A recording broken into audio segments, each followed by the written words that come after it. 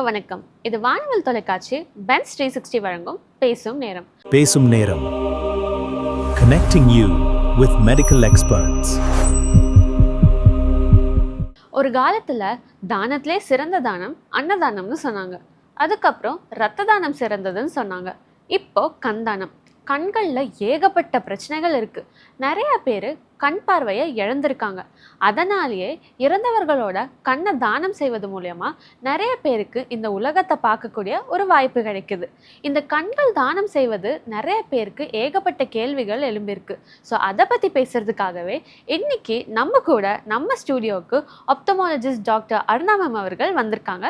வாங்க தெளிவாக கேட்டு தெரிஞ்சுக்கலாம். Hello ma'am. Hi ma'am. இப்போ ரீசெண்ட் டைமில் நம்ம இயக்குனர் பாக்யராஜ் சார் அவர்கள் இறந்தப்போ அவங்களோட கண் தானம் பண்ணாங்க இல்லையா?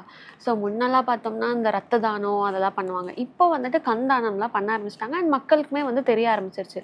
ஸோ அதை பற்றி கொஞ்சம் டீட்டெயில்டாக சொல்ல முடியுமா மேம்? கண் தானம் அப்படிங்கிறது பார்த்தீங்கன்னா இப்போ நீங்கள் சொன்ன மாதிரி டைரக்டர் பாக்யராஜ் அவர்கள் தானம் பண்ணியிருக்காங்க. இதுக்கு முன்னாடியே மக்களுக்கு அவேர்னஸ் இருந்துச்சு. பட் இப்போ அந்த ஈவெண்ட்டுக்கு அப்புறம் இப்போ அவங்களுக்கு நிறையவே தெரிய எல்லோரும் அதை நோட்டீஸ் பண்ண ஆரம்பிச்சிருக்காங்க. ஸோ ஜென்ரலாக ஐ டொனேஷன் அப்படிங்கிறது பார்த்திங்கன்னா நம்ம இறந்ததுக்கப்புறம் நம்ம கண்களை தானமாக கொடுக்கறது.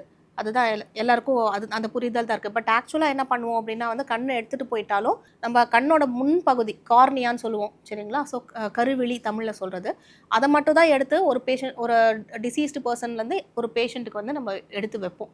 ஸோ ஆக்சுவலாக பார்த்திங்கன்னா நம்ம ஃபுல் கண்ணை எடுத்து இன்னொரு பேஷண்ட்டுக்கு வைக்க போகிறதில்ல. ஒன்லி அந்த கருவிழியை மட்டும் எடுத்து இன்னொரு ப்ராப்ளமேட்டிக் பேஷண்ட்டுக்கு நம்ம அந்த கருவிழியை மட்டும் மாற்றி அமைக்கிறது தான் கண்தானத்தோட முக்கியமான நோக்கம். ஸோ இப்போ இது யாரெல்லாம் பண்ணலாம், யாரெல்லாம் மேம் பண்ணக்கூடாது இந்த கண் டொனேஷன்? கண்தானம்க்கு ஆக்சுவலி பார்த்தீங்கன்னா யார் வேணும்னாலும் பண்ணலாம். ஜென்ரலாக சொல்லணும்னா கண்தானம் யார் வேணாலும் பண்ணலாம். சின்ன குழந்தையிலேருந்து இப்போ வயசானவங்க இறந்தவங்க யார் வேணும்னாலும் கண்தானம் பண்ணலாம்.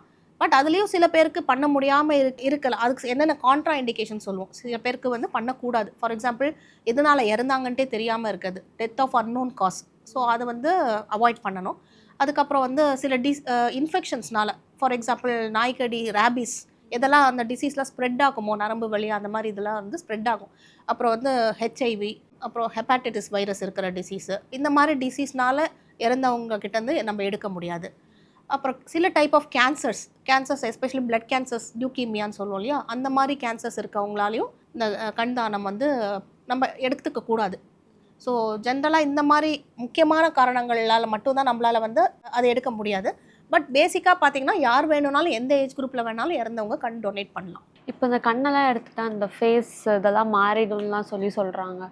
ஸோ அது உண்மையா மேம்? அப்படி கிடையாது. கண்ணை எடுத்ததுக்கப்புறம் நம்ம கண்ணுக்குள்ளே ரொம்ப ஒரு ஹாலோ கேவிட்டி தானே. நம்ம கண்ணை எடுத்ததுக்கப்புறம் கண் இருந்த பகுதி ஒரு ஹாலோவாக ஆகிடும்.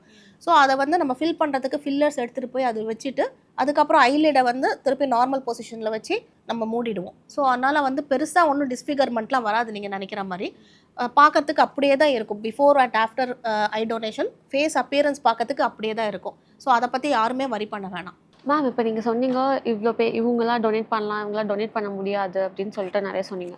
ஸோ அப்போ டொனேட் பண்ணணும்னா அவங்க டெத் சர்டிஃபிகேட் இதெல்லாம் வச்சு தான் நெக்ஸ்ட் ப்ராசஸ் பண்ண முடியுமா இல்லை எப்படி மேம்? இப்போ பார்த்தீங்கன்னா ஐ டொனேஷன் பண்ணணும்னா வித்தின் ஒரு 4 to 6 hours, இறந்ததுலேருந்து 4 to 6 hours நம்ம ஐயை எடுத்தாகணும். ஸோ இந்த டைமில் போய் நம்ம டெத் சர்டிஃபிகேட்டுக்காக வெயிட் பண்ணிகிட்டு இருக்க முடியாது சரிங்களா? ஸோ எல்லாருமே கையில் இன்ஸ்டண்ட்டாக டெத் சர்டிஃபிகேட் வச்சிருக்க மாட்டாங்க. It will take some time. So அதனால் அந்த ப்ரொசீஜருக்குலாம் நம்ம வெயிட் பண்ணக்கூடாது. அவங்க வேணால் ப்ரீவியஸ் மெடிக்கல் ரிப்போர்ட்ஸ் ஏதாவது வச்சிருக்கலாம். ஹாஸ்பிட்டலில் கூட இறந்துருக்கலாம், இல்லாட்டி ஹாஸ்பிட்டலில் ரொம்ப நாளாக சிக்காயிட்டு அதுக்கப்புறம் இறந்து வீட்டுக்கு கொண்டு வந்திருப்பாங்க. ஸோ அந்த மெடிக்கல் ரிப்போர்ட்ஸ் இருக்கும் கண்டிப்பாக. அண்ட் அவங்களோட இம்மீடியட் ரிலேட்டிவ் கிட்ட கேட்டாலும் நம்மளுக்கு ஹிஸ்ட்ரி தெரியும், எதனால இறந்தாங்க அப்படின்னு தெரியும். ஸோ ஒரு மெடிக்கல் ரிப்போர்ட் இருந்தாலே போதும் சரிங்களா? ஸோ கண்டிப்பாக டெத் சர்டிஃபிகேட் வேணுமா அப்படின்னு கேட்டிங்கன்னா அதுக்கு தேவையில்லை. பட் ஆஃப்டர் ஃபியூ ஹவர்ஸ் கண்ணை எடுத்துகிட்டு போனதுக்கப்புறம் அந்த ப்ரொசீஜர் ஃபார்மாலிட்டிக்காக அதுக்கப்புறம் அவங்க டெத் சர்டிஃபிகேட் வந்ததுக்கப்புறம் they can provide the death certificate. மெயினாக தேவைப்படுறது informed consent from the immediate relative. அவங்களோட பக்கத்தில் இருக்க உறவினர்கிட்ட கன்சென்ட் வாங்கி அவங்க ப்ரொசீட் பண்ணலாம், கண் டொனேட் பண்ண ஆரம்பிச்சிடலாம் சரிங்களா? So death certificate is not mandatory, கண்டிப்பாக தேவைங்கிறது கிடையாது. இப்போ ஐ டொனேஷன் பண்ணணும்னு நினைக்கிறாங்க ஒருத்தவங்க, அவங்களே வாலண்டியராக போய் நான் லைக் பிஃபோர் டெத் லைக் இறந்தோன்னா நான் டொனேட் பண்ணுறேன்னு சொல்லி நிறைய வாலண்டியர்ஸ்லாம் வராங்க. ஸோ அவங்க முன்னாடியே இந்த ஃபார்ம்ஸ்லாம் ஃபில் பண்ணுற ப்ராசஸ் பண்ணால் தான் டொனேட் பண்ண முடியுமா இல்லை எப்படி மேம்? இல்லை அப்படி கிடையாது. சில பேர் வந்து நம்மளே வந்து சின்ன வயசில் ஸ்கூல் மூலமாக அந்த மாதிரிலாம் பண்ணியிருப்போம் நம்ம. சில பேர் வந்து பண்ணிவிட்டு ஃபார்ம் எங்கே வச்சோன்னு கூட நம்மளுக்கு தெரியாது. சரிங்களா? ஸோ அந்த ஃபார்ம் வந்து மேண்டேட்ரி கிடையாது. யாருக்குமே ஃபார்ம் ஃபில் பண்ணாதவங்க, யாருக்குமே ஐ பேங்க் ஏதாவது நியர்பை ஐ பேங்க்குக்கு தகவல் கூட அவங்க போய் ரெஜிஸ்டர் பண்ணாதவங்க கூட ஐ டொனேட் பண்ணலாம். ஆன் ஸ்பாட் அவங்க வந்து அவங்க இமீடியட் கின் வந்து முடிவு எடுத்து அவங்க வந்து பக்கத்தில் ஏதாவது ஒரு ஐ பேங்க்கு இல்லாட்டி ஐ ஹாஸ்பிட்டல் இருக்கும் இல்லையா, அவங்களுக்கு ஃபோன் பண்ணி இந்த மாதிரி நாங்கள் விருப்பப்படுறோன்னு சொன்னாங்கன்னா அவங்க உடனே அவங்க டீம் அனுப்புவாங்க. அவங்க வந்து ஐ டொனேட் பண்ணி அந்த ஐயை வந்து எடுத்துகிட்டு போயிடுவாங்க. ஸோ வந்து முன்னாடியே ஃபார்ம் ஃபில் பண்ணியிருக்கணும், அந்த ப்ரொசீஜர் அதெல்லாம் எதுவுமே நீங்கள் பார்க்க வேணாம். ஸ்ட்ரெயிட் ஃபார்வர்ட் உங்களுக்கு ஒரு ஃபோன் கால் பண்ணி இந்த மாதிரி நாங்கள் வில்லிங்காக இருக்கோம்னு சொன்னால் அடுத்தடுத்த வேலைகள் வந்து இமீடியட்டாக நடக்கும். ஸோ இப்போ வந்து ஐ பற்றி பேசும்போது இந்த ஸ்பெக்ஸ்லாம் போட்டிருப்பாங்கல்ல, ஸோ அவங்கள ஐ டொனேட் பண்ணலாமா? யார் வேணாலும் ஐ டொனேட் பண்ணலாம். கண்ணில் வந்து சில பேர் கண்ணாடி போட்டிருப்பாங்க, சில பேருக்கு கேட்ராக்ட் சர்ஜரியே பண்ணியிருப்பாங்க, இல்லாட்டி ரெட்டினால கூட சர்ஜரி பண்ணியிருக்கலாம். சரிங்களா? ஸோ இது எந்த மாதிரி ஐ ப்ராப்ளம்ஸு ப்ரீவியஸாக அவங்க உயிரோடு இருந்தப்போ இருந்தாலும் அவங்க தாராளமாக ஐ டொனேட் பண்ணலாம். ப்ரொவைடட் அவங்களுக்கு கண்ணில் ஏதாவது கேன்சர் கட்டி அந்த மாதிரி ஏதாவது இருந்துச்சுன்னா, இல்லாட்டி வந்து பிளட் கேன்சர்னால வந்து இறந்தாங்க இப்போ முன்னாடியே சொன்ன மாதிரி, இந்த மாதிரி சில திங்ஸ்க்கு மட்டும் தான் நம்ம வந்து அவாய்ட் பண்ணுறது. மற்றபடி கண்ணுலேயே ஏதாவது ப்ரீவியஸாக அவங்க உயிரோட இருந்தப்போ ப்ரொசீஜர் பண்ணியிருந்தா கூட அவங்க தாராளமாக ஐ டொனேட் பண்ணலாம். மேம் இப்போ சொன்னீங்க ஐ டொனேஷன்லாம் பண்ணுறவங்க ஐ டொனேட் பண்ண அப்புறம் நிறைய பேர் இருக்காங்க. ஸோ சம்டைம்ஸ் வந்து ஆக்சிடென்ட்னால பார்வை இழந்திருக்கலாம், இல்லை நர்வ் எதாவது கட் ஆயிருக்கலாம், அந்த மாதிரி எக்கச்சக்கமான ப்ராப்ளம்ஸ்லாம் இருக்குது. ஸோ இந்த ஐ டொனேஷன் பண்ணுற மூலமா அவங்களுக்கு அந்த ஐயை வந்து ரீப்ளேஸ் பண்ண முடியுமா? ஸோ நம்ம ஐ டொனேட் பண்ணிட்டாங்க ஒருத்தர். ஸோ இப்போ நம்ம என்ன பண்ணுவோம் அப்படின்னா அந்த கருவிலியை மட்டும் தான் எடுப்போம் அப்படின்னு சொன்னோம் இல்லையா. இப்போ யாருக்கு வந்து நம்ம அந்த கண்ணை வச்சோன்னா அவங்களுக்கு வந்து பார்வை கிடைக்கும் அப்படின்னு பார்த்தீங்கன்னா, யாருக்கெல்லாம் அந்த ஆல்ரெடி கருவிலியில் ப்ராப்ளம் இருக்கும். சம்டைம்ஸ் வந்து ஏதாவது அடிப்பட்டதுனால கருவிலி ஃபுல்லாக டேமேஜ் ஆயிருக்கலாம், தழும்பு ஃபார்ம் ஆயிருக்கலாம், இல்லாட்டி ஏதாவது இன்ஃபெக்ஷன் ப்ரீவியஸாக வந்து கருவிலிங்கிறது ஃப்ரண்ட் பார்ட் ஆஃப் த ஐ, அது வந்து டிரான்ஸ்பரண்ட்டாக இருக்கணும். ஸோ அந்த டிரான்ஸ்பரன்சி ஏதோ ஒரு காரணத்தினால அடிப்படுறதுனாலையோ இல்லாட்டி இன்ஃபெக்ஷன்னாலேயோ அது அந்த டிரான்ஸ்பரன்சி போயிடுச்சுன்னா அவங்களுக்கு வந்து பார்வை வந்து தெரியாது. பட் அந்த பகுதி மட்டும் டேமேஜ் ஆகிருக்கும், மற்ற எல்லா பார்ட் ஆஃப் த ஐயும் நார்மலாக இருக்கும். ரெட்டினா நார்மலாக இருக்கும், கண்ணுக்குள்ளே இருக்கிற பிளட் வெசல்ஸ் எல்லாமே நார்மலாக இருக்கும். ஒன்லி கருவெளி மட்டும் டேமேஜ் ஆகிருக்கு, அதனால அவங்களுக்கு பார்வை போயிருக்கு அப்படிங்கிற பேஷண்ட்ஸ்க்கு மட்டும் தான் இந்த ரீப்ளேஸ் பண்ணோன்னா பார்வை வரும்.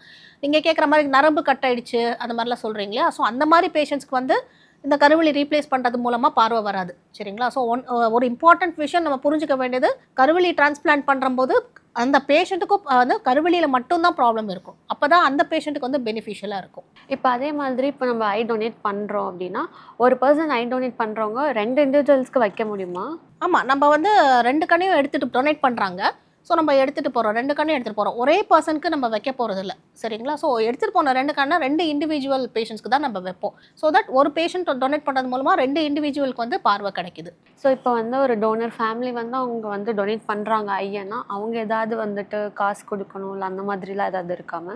இல்லை, ஐ டொனேஷனுங்கிறது இது வந்து ஒரு காசு எங்கேயுமே ஃபேமிலி எதுவுமே ஸ்பெண்ட் பண்ணணும்னு அவசியமே கிடையாது.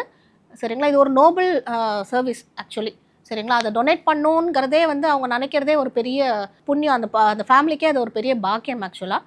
ஸோ இதில் அவங்க சைட்லேருந்து அவங்க எந்த டைப் ஆஃப் மணி ஸ்பெண்டிங் எதுவுமே இருக்காது. சரிங்களா? அவங்க ஜஸ்ட்டு பண்ண வேண்டியதெல்லாம் வந்து ஒரு பக்கத்தில் இருக்க ஹாஸ்பிட்டலுக்கு ஒரு ஃபோன் கால் பண்ணால் போதும், மற்றதெல்லாம் அந்த டீம் வந்து பார்த்துப்பாங்க. மேம் நீங்கள் சொன்னீங்க நியர்பை கூட கால் பண்ணி நீங்கள் போய் பார்த்துக்கலாம் அப்படின்னு சொல்லிட்டு. ஸோ இப்போ இந்த ஐ டொனேட் பண்ணுறவங்க பண்ணணும் அப்படின்னா யாரை காண்டாக்ட் பண்ணுறது? ஏதாவது டோல் ஃப்ரீ நம்பர்ஸ் இருக்கா, இல்லை எப்படி மேம், என்ன ப்ரொசீஜர்? ஸோ ஒரு பர்சன் இறந்துட்டாங்க அப்படின்னா, எதர் அந்த பர்சனே இறங்குறதுக்கு முன்னாடி கொஞ்சம் ஃபியூ டேஸ் முன்னாடி வந்து அவங்களே கன்சென்ட் கொடுத்துருந்துருக்கலாம். ஆர் அவங்க இறந்ததுக்கப்புறம் அவங்க இமீடியட் ரிலேட்டிவ் வந்து அவங்க விருப்பப்பட்டு ஐ டொனேட் பண்ணணும்னு நினைக்கலாம். ஸோ அவங்க இமீடியட்டாக பண்ண வேண்டியது வந்து பக்கத்தில் அவங்களுக்கே தெரியும் என்னென்ன நியர்பை ஐ ஹாஸ்பிட்டல்ஸ் எஸ்பெஷலி, ஆர் அப்படி இல்லைனா பக்கத்தில் ஏதாவது மெடிக்கல் காலேஜஸ் அந்த மாதிரி இருந்துச்சுன்னா உடனே, இல்லாட்டி லயன்ஸ் கிளப் அந்த மாதிரி ஏதாவது கிளப்ஸ் இருக்கும். ஸோ அந்த மாதிரி ஏதாவது பக்கத்தில் இருந்துச்சுன்னா உடனே வந்து வெப்சைட்டில் பார்த்தே அவங்க நம்பர் எடுத்துக்கலாம். ஜென்ரலாக இப்போ ஃபார் எக்ஸாம்பிள் உதாரணத்துக்கு மதுரவாயில் நாங்கள் லலிதாம்பிகை மெடிக்கல் காலேஜில் கூட அவங்க வெப்சைட்டை போட்டிங்கன்னா ஃபஸ்ட்டு பேஜ்லேயே வந்து ஐ டொனேஷனுக்கு உண்டான டோல் ஃப்ரீ நம்பர் இருக்குது. அந்த மாதிரி எல்லா டைப் ஆஃப் ஐ ஹாஸ்பிட்டல்ஸ்லேயும் வந்து அவங்களுக்கு உண்டான ஒரு நம்பர் வச்சுருப்பாங்க. ஸோ அந்த பர்டிகுலர் நம்பருக்கு ஃபோன் பண்ணி இந்த மாதிரி நாங்கள் வந்து ஐ டொனேட் பண்ணுற விருப்பப்படுறோன்னு சொன்னால் இம்மீடியட்டாக அட் த ஏர்லியஸ்ட். சரிங்களா? பிகாஸ் வித்தின் 4 to 6 ஹவர்ஸ்க்குள்ளே நம்ம ஐயை இருந்து ரிட்ரீவ் பண்ணணும். ஸோ இன்ஃபர்மேஷன் பாஸ் ஆனதுக்கப்புறம் உடனே வந்து அவங்க வந்து டீம் அசம்பிள் பண்ணி உடனே வந்து they will take steps to come to the place. So இப்போ இந்த ஐ டொனேஷன் பண்ணணும்னு நினைக்கிற ஒரு ஃபேமிலி, அவங்க வந்து அந்த பேஷண்ட்டோட ஐயை வந்து எந்த லைக் ப்ரொசீஜர்ஸ் இருக்கும்ல மேம், அவங்க வந்து ப்ரிசர்வ் பண்ணணும், லைக் பார்த்துக்கணும் இல்லையா? ஸோ அது அவங்க என்ன ப்ரொசீஜர் மேம் ஃபாலோ பண்ணணும்? ஸோ இப்போ ஐ டொனேட் பண்ணணும்னு நினச்சிட்டாங்க, சரிங்களா? ஸோ உடனே அவங்க என்ன பண்ணணும் அப்படின்னா வந்து லிட்டை கம்ப்ளீட்டாக க்ளோஸ் பண்ணி வச்சிடணும். சில பேருக்கு எக்ஸ்போஸ்டாக இருக்கும், அந்த மாதிரி இருக்கக்கூடாது. பிகாஸ் காற்று படுறதுனால வந்து காஞ்சி போயிடும், சரிங்களா? ஸோ லிட்டை கம்ப்ளீட்டாக க்ளோஸ் பண்ணிடணும். அதுக்கப்புறம் அதுக்கு மேலே மாய்ஸ்ட்டாக ஏதாவது ஒரு துணியோ இல்லாட்டி காஸ் பீஸோ ஏதாவது ஒன்று மாய்ஸ்டான வெட் பண்ணிவிட்டு அந்த ரெண்டு கண்ணுக்கு மேலே தனித்தனியாக வந்து வச்சிடணும், சரிங்களா? முடிஞ்சால் ஃபேன் மேலே இருக்க ஃபேன் எல்லாம் வந்து டேரெக்டாக வந்து ஃபேஸில் வந்து ஹிட் பண்ணாத மாதிரி அதை ஆஃப் பண்ணி வச்சிடணும். பேசிக் கான்செப்ட் வந்து கண்ணை ட்ரை ஆகாமல் நம்ம பார்த்துக்கணும். ஸோ வந்து அண்ட் மற்றபடி பார்த்திங்கன்னா வந்து கண்ணில் சில பேர் வந்து இறந்ததுக்கப்புறம் சந்தனம் அதெல்லாம் வந்து தடவுவாங்க, சரிங்களா? ஸோ அதெல்லாம் வந்து ப்ரொசீஜர் முடிகிற வரைக்கும் எதுவும் பண்ணாமல் பார்த்துக்கணும். அண்ட் இமீடியட்டாக அவங்க வந்து ஃபோன் பண்ணி அவங்க இன்ஃபார்ம் பண்ணிட்டாங்கன்னா மற்ற ப்ரொசீஜர்ஸ்லாம் வந்து டீம் வந்து பார்த்துப்பாங்க. இப்போ ஒன்ஸ் ஐ டொனேட் பண்ணிட்டாங்க, அப்போ வந்து அங்கே வந்து அந்த ஐ ரிமூவ் பண்ணுறவங்க அவங்களாம் யார் மேம்? ஜென்ரலாக வந்து ஐ டொனேஷன் டீமில் வந்து எய்தர் அவங்க ட்ரெயின்ட் ஆஃப்தால்மாலஜிஸ்ட் கண் டாக்டரே வந்து பண்ணுவாங்க, இல்லாட்டி ட்ரெயின்டு ஐ பேங்க் டெக்னீஷியன் இருப்பாங்க. ஸோ இவங்க 2 பேரில் யாராவது ஒருத்தர் வந்து with a team, single person வரமாட்டாங்க, அவங்க கூட ஹெல்ப்பிங்க்கு வந்து ஒரு 2-3 பேராவது வருவாங்க, சேர்ந்து தான் வருவாங்க. So either trained eye doctor or eye bank technician, இவங்க 2 பேரில் வந்து யார் வேணாலும் வந்து கண்ணை எடுக்கிறதுக்கு வந்துடுவாங்க, சரிங்களா? ஸோ ஐ டொனேட் பண்ண அப்புறம் அந்த கார்னியாவை எவ்வளோ நேரத்துக்கு மேம் ப்ரிசர்வ் பண்ணி வச்சுருப்பாங்க? ஐ டொனேட் பண்ணதுக்கப்புறம் அந்த ஃபுல் ஐபால் எடுத்துடுறாங்க. ஆக்சுவலாக சில இடத்துல பார்த்தீங்கன்னா ஆன் த ஸ்பாட்டே கருவிலியை மட்டும் கூட எடுக்கிறதுக்கு உண்டான ஃபெசிலிட்டிஸ்லாம் இருக்குது. ஸோ அதுக்கு வந்து கொஞ்சம் ட்ரைனிங் வந்து ஜாஸ்தியாக தேவை. ஸோ அந்த மாதிரியும் எடுப்பாங்க. ஆர் ஃபுல் ஐபாலும் எடுத்துருவாங்க. முக்கால்வாசி பிளேஸில் பார்த்தீங்கன்னா ஃபுல் ஐபால் தான் எடுத்துடுவாங்க. ஸோ எடுத்துகிட்டு அதுக்குன்னு உண்டான சேம்பரில் வச்சு அதுக்கு சில ப்ரிசர்வேட்டிவ் மீடியம்லாம் இருக்குது. ஸோ அந்த சேம்பரில் அந்த ப்ரிசர்வேட்டிவ் மீடியம் ஊற்றி கண்ணை வந்து சைட்லலாம் எங்கேயும் ஹிட் ஆகாத மாதிரி கரெக்டாக உள்ளே வச்சு அதுக்கப்புறம் அந்த பவுலை வந்து எடுத்துகிட்டு இமீடியட்டாக வந்து ஆப்ரேட்டிங் தேட்டருக்கு போயிடுவாங்க. அதுதான் ப்ரொசீஜர் ஆக்சுவலாக. அது ஸோ இது எல்லாமே வித்தின் 4 to 6 ஹவர்ஸ்க்குள்ளே நடக்கணும். அண்ட் அந்த மீடியமில் வச்சதுக்கப்புறம் அதோட எஃபெக்டிவ்னஸ் பார்த்திங்கன்னா சில இப்போ அட்வான்ஸ்டு இதெல்லாம் வந்துடுச்சு, ப்ரிசர்வேட்டிவ்ஸ்லாம் வந்துடுச்சு. ஸோ இப்போ எடுத்துகிட்டு போன அன்னையிலேருந்தே அப் டு 14 days வரைக்கும் நம்மளால் ஸ்டோர் பண்ண முடியும். டு 14 days வரைக்கும் ஸ்டோர் பண்ணலாம். ஆமாம். ஓகே. ஸோ இப்போ ஐ டொனேஷன் பண்ண அப்புறம் அந்த டோனர்ஸோட ஃபேமிலிக்கு வந்து யாருக்கு அந்த ஐ போய் சேர்ந்துருக்குன்றதுலாம் வந்துட்டு இன்ஃபார்ம் பண்ணுவீங்களா? கண்டிப்பாக அது மாதிரி இன்ஃபர்மேஷன் பண்ண மாட்டோம், சரிங்களா? அவங்களும் வந்து தெரிஞ்சுக்க தேவையில்லை ஆக்சுவலாக. ஸோ டொனேட் பண்ணதுக்கப்புறம் எல்லாமே வந்து மற்ற அந்த ஃபுல்லாக அந்த ஐபேங்க் டீம் தான் பார்த்துப்பாங்க. அதுக்கப்புறம் இவங்களுக்கு வந்து ஒரு சர்டிஃபிகேட் மட்டும் வரும். ஆஃப்டர் ஃபியூ டேஸ் வந்து வீட்டுக்கு ஒரு சர்டிஃபிகேட் அனுப்புவாங்க. இந்த மாதிரி வந்து கண்தானம் செஞ்சதுக்குனால அவங்கள வந்து ப்ரைஸ் பண்ணி அந்த டோனருக்கு வந்து நன்றி சொல்லி ஒரு சர்டிஃபிகேட் கொடுப்பாங்க. ஸோ அதோட அந்த கம்யூனிகேஷன் முடிஞ்சிடும். யார்கிட்ட போச்சு அந்த யார் அந்த ரிசீவர் அது எதுவுமே அந்த இன்ஃபர்மேஷன் யாருக்குமே வந்து இட்ஸ் கான்ஃபிடென்ஷியல். அதுக்கு மேலே தெரியாத யாருக்குமே. மேம் இப்போ வந்து வீட்லேயே சப்போஸ் இறந்துட்டாங்க, பட் அவங்க ஐ டொனேஷன் பண்ணணும்னு நினைக்கிறாங்க, பட் அவங்களால பண்ண முடியுமா? இல்லை வந்து ஹாஸ்பிட்டலில் இறந்தால் தான் வந்து ஐ டொனேட் பண்ணணும்னு ஏதாவது இருக்கா? பிளேஸ் முக்கியம் கிடையாது, சரிங்களா? வீட்டில் இறந்தவங்க வந்து கால் பண்ணால் டீம் வந்து வீட்டுக்கே வந்துடுவாங்க, சரிங்களா? ஸோ ஜஸ்ட் அவங்க ஐ ரெட்ரீவ் பண்ணுறதுக்கு ஒரு 10 to 20 நிமிஷம் கிட்ட ஆகும். ஸோ அந்த டைம் மட்டும் அவங்களுக்கு ஜஸ்ட் ஒரு ப்ரைவசி கொடுத்துட்டா போதும். ஸோ அவங்க வீட்டிலே வந்து எடுத்துகிட்டு போயிடுவாங்க. ஹாஸ்பிட்டலில் வந்து ப்ராப்ளமே கிடையாது. ஹாஸ்பிட்டல்லேருந்து டேரெக்டாக அவங்களுக்கு உண்டான டீம் இருப்பாங்க. ஸோ ஹாஸ்பிட்டலில் வந்து இன்னும் ஈஸி ஆக்சுவலாக. பட் பிளேஸ் வந்து முக்கியமே கிடையாது. அதை பற்றி வந்து பப்ளிக் வந்து நீங்கள் யோசிக்கவே வேணாம். எங்கேருந்து வேணும்னாலும் நீங்கள் வந்து கால் பண்ணலாம். அந்த டீம் வந்து அந்த கரெக்டாக அந்த லொக்கேஷனுக்கு வந்து அவங்களுக்கு தேவையான ஸ்பேஸ் க்ரியேட் பண்ணிவிட்டு அவங்க பண்ணிட்டு போயிடுவாங்க. இப்போ இந்த ஐ எடுக்கக்குள்ளே ஏதாவது ப்ளீடிங்லாம் வருமா மேம்? பிகாஸ் எல்லாரும் பயப்படுவாங்க, ஏன்னா ஐ எடுத்தால் ப்ளீடிங் வந்துடும் சொல்கிறதுனாலே வந்துட்டு நிறைய பேர் வந்து டொனேட் பண்ண பயப்படுவாங்க. ஸோ அந்த மாதிரி ப்ளீடிங்லாம் வருமா? மினிமலாக ப்ளீடிங் வரதுக்கு சான்ஸ் இருக்குது. பட் அதை வந்து ஈஸியாக கண்ட்ரோல் பண்ணிடலாம், சரிங்களா? ஸோ நீங்கள் நினைக்கிற மாதிரி நிறைய அப்படியே ரத்தம் வந்து கசியும் அப்படின்லாம் ஒன்றும் கிடையாது. ஸோ ஜென்ரலாக ஒரு டிஷ்யூ வந்து கட் பண்ணும்போது ஒரு லைட் அமௌண்ட் ஆஃப் ஊசிங் இருக்கும் இல்லையா, அந்த அளவுக்கு தான் இருக்கும். பட் அது வந்து அவங்களோட அப்பியரன்ஸை வந்து கண்டிப்பாக மாற்றாது. பார்க்குறதுக்கும் ஒன்றும் வெளியிலேருந்து பார்க்கறதுக்கு எதுவுமே தெரியாது. நார்மலாக வந்து ஜஸ்ட் படுத்து தூங்குற மாதிரி தான் இருக்கும். ஸோ அதை பற்றி கவலைப்படவே வேணாம். இப்போது ஐ டொனேட் பண்ணுறவங்க வேறு ஏதாவது ஆர்கன்ஸ் கூட டொனேட் பண்ணலாமா? கண்டிப்பாக பண்ண முடியும், சரிங்களா? ஐ டொனேஷன் மாதிரி மற்ற உறுப்புகள் like kidneys, liver donation, even skin donation, heart donation, இது எது வேணாலும் பண்ணலாம். ஜென்ரலாக வந்து பார்த்திங்கன்னா ரோட் டிராஃபிக் ஆக்சிடெண்ட்டில் வந்து இறந்தவங்கன்ட்டு இல்லை, ஜஸ்ட் அந்த ஆல்மோஸ்ட் டு டை அந்த ஸ்டேஜில் இருக்கு, பிரெயின் டெட்னு சொல்லுவாங்க. ஸோ அந்த மாதிரி பேஷண்ட்ஸ்க்கு வந்து லைவாக இருக்க அவங்க உயிரோடு தான் இருப்பாங்க. அந்த டைம்லேயே வந்து ஆர்கன் எல்லாம் எடுத்துகிட்டு போயிடுவாங்க. But I donation is slightly different. இறந்ததுக்கு அப்புறம் வந்து நம்ம வந்து எடுக்கிறோம். அது ஒன்று தான் டிஃப்ரென்ஸ். பட் அவங்க வந்து எந்த ஆர்கனை வேணாலும் வந்து டொனேட் பண்ணலாம். அதாவது இந்த மாதிரி road traffic accident, brain death ஆன பேஷண்ட் வந்து எந்த ஆர்கனை வேணாலும் அவங்க லைவாக இருக்கும்போது டொனேட் பண்ணலாம். இப்போ ஐ டொனேஷன் பண்ண அப்புறம் அவங்க என்னென்ன ப்ரொசீஜர்ஸ் மேம் ஃபாலோ பண்ணுவாங்க அந்த ஐயை இது பண்ணுறது? இப்போ ஐயை வந்து டீம் எடுத்துகிட்டு போனதுக்கப்புறம் இமீடியட்டாக ஃபஸ்ட்டு ஐயை வந்து செக் பண்ணுவோம். கிராஸாக எப்படி இருக்குது, எங்கேயாவது அடிபட்டிருக்கா, இன்ஜுரி ஏதாவது ஆயிருக்கா, கருவிலியில் எஸ்பெஷலி. ஸோ அதெல்லாம் வந்து கிராஸாக செக் பண்ணிட்டு அதுக்குன்னு சில மைக்ரோஸ்கோப் அந்த இதெல்லாம் இருக்குது. அதோட செல் கவுண்ட் எப்படி இருக்குது, அதோட டிரான்ஸ்பரன்சி நல்லா இருக்கா, ஆல்ரெடி ஏதாவது அந்த கருவிலியில் கண்ணுக்கே தெரியாத தழும்பெல்லாம் வந்து மைக்ரோஸ்கோப்பில் தெரியும். ஸோ அந்த மாதிரி ஏதாவது அந்த கார்னியா ஹெல்த்தியாக இருக்கா அப்படின்னு பார்க்குறதுக்கு வந்து உண்டான டிவைஸ் வச்சு எல்லாத்தையும் பார்த்துட்டு அதுக்கப்புறம் பேஷண்ட்ஸ் வெயிட்டிங்கில் இருப்பாங்க ஆல்ரெடி. ஸோ அவங்க 2 பேரை கூப்பிட்டு உடனே வந்து ஆஸ் ஏர்லி as பாசிபிள் நம்ம அவங்களுக்கு சர்ஜரியும் பண்ணி முடிச்சிடுவோம். ஸோ இதுதான் அந்த பேசிக்காக அந்த ஸ்டெப்ஸ் நடக்கும். சில பேருக்கு வந்து பார்த்திங்கன்னா வந்து இந்த ஐ டொனேட் பண்ணது வந்து எதுக்குமே மற்றவங்களுக்கு டிரான்ஸ்பிளான்ட் பண்ணுற அளவுக்கு அது ஹெல்த்தியாக இருக்காது. ஸோ அந்த மாதிரி இருக்கிற ஐயை கூட நம்ம வந்து டிஸ்கார்ட் பண்ணிட மாட்டோம், தூக்கி போட்டுற மாட்டோம். அதை வந்து ரிசர்ச் பர்பஸஸ்க்கு படிக்கிற பசங்க இருப்பாங்க இல்லையா, ஃபெலோஸ் பிஜிஸ்லாம் இருப்பாங்க. ஸோ அவங்கக்கிட்ட கொடுத்து ரிசர்ச் பர்பஸ்க்கு நம்ம வந்து யூஸ் பண்ணுவோம். ஸோ வந்து எப்போதுமே டொனேட் பண்ணுற ஐஸ் வந்து வேஸ்ட்டாகவே போகாது. ஸோ இது ஒரு இம்பார்ட்டண்ட் பாயிண்ட். டாக்டர், இப்போ இவ்வளோ நாளாக நம்ம வந்து ஐயோட இம்பார்ட்டன்ஸ், ஐ வந்து எப்படிலாம் நம்ம பார்த்துக்கணும்னு நிறைய விஷயம் நீங்கள் வந்து எக்ஸ்பிளைன் பண்ணீங்க இல்லையா? ஸோ ஆஸ் அ டாக்டராக, ஆஸ் அன் ஐ டாக்டராக நீங்கள் பப்ளிக்கு ஜென்ரலாக என்ன சொல்ல விரும்புகிறீங்க? ஸோ ஜென்ரலாக பார்த்தீங்கன்னா நம்ம நாட்டில் வந்து ஃபார் எக்ஸாம்பிள் நியூபார்ன் பேபிஸ் குழந்தைங்கள்லாம் வந்து பிறந்த உடனே நம்ம வந்து கம்ப்ளீட்டாக செக்கப்லாம் எதுவும் பெருசாக ஒன்றும் பண்ணுறது கிடையாது, எஸ்பெஷலி ஐஸ்லாம். ஆனால் அப்ராட்லலாம் பார்த்தீங்கன்னா பிறந்த குழந்தைக்கு வந்து அவங்க வந்து காது அதெல்லாம் நல்லா இருக்கா செக் பண்ணுவாங்க. மூக்கு, காது, மூக்கு, தொண்டை எஸ்பெஷலி நல்லா கேட்குதான்னு பார்ப்பாங்க. அது வந்து இப்போதைக்கு நம்ம நாட்டில் நல்லாவே அவேர்னஸ் இருக்குது, பண்ணுறாங்க. எஸ்பெஷலி நல்லா மல்டி ஸ்பெஷாலிட்டி ஹாஸ்பிட்டல்ஸ்லாம் பண்ணுறாங்க. பட் கண் செக்கப்புன்னு பார்த்தீங்கன்னா வந்து newborn babies, even term babies, அவங்களுக்கு வந்து நம்ம வந்து ரெகுலராக அட்வைஸ் பண்ணி பண்ணுறது கிடையாது. ஆஸ் அ ரொட்டீனை வந்து நம்ம இனிமேல் அதை ஃபாலோ பண்ணணும்னு நான் நினைக்கிறேன். சரிங்களா? எந்த குழந்தை பிறந்தாலும் இப்போ ப்ரீடம் பேபிஸ்னால் அது வேறு, அது இமீடியட்டாக வந்து நம்ம பிறந்த உடனே ப்ரீடமாக இருக்குன்னா அதுக்கு வந்து செக்கப் பண்ணிவிடுவோம்.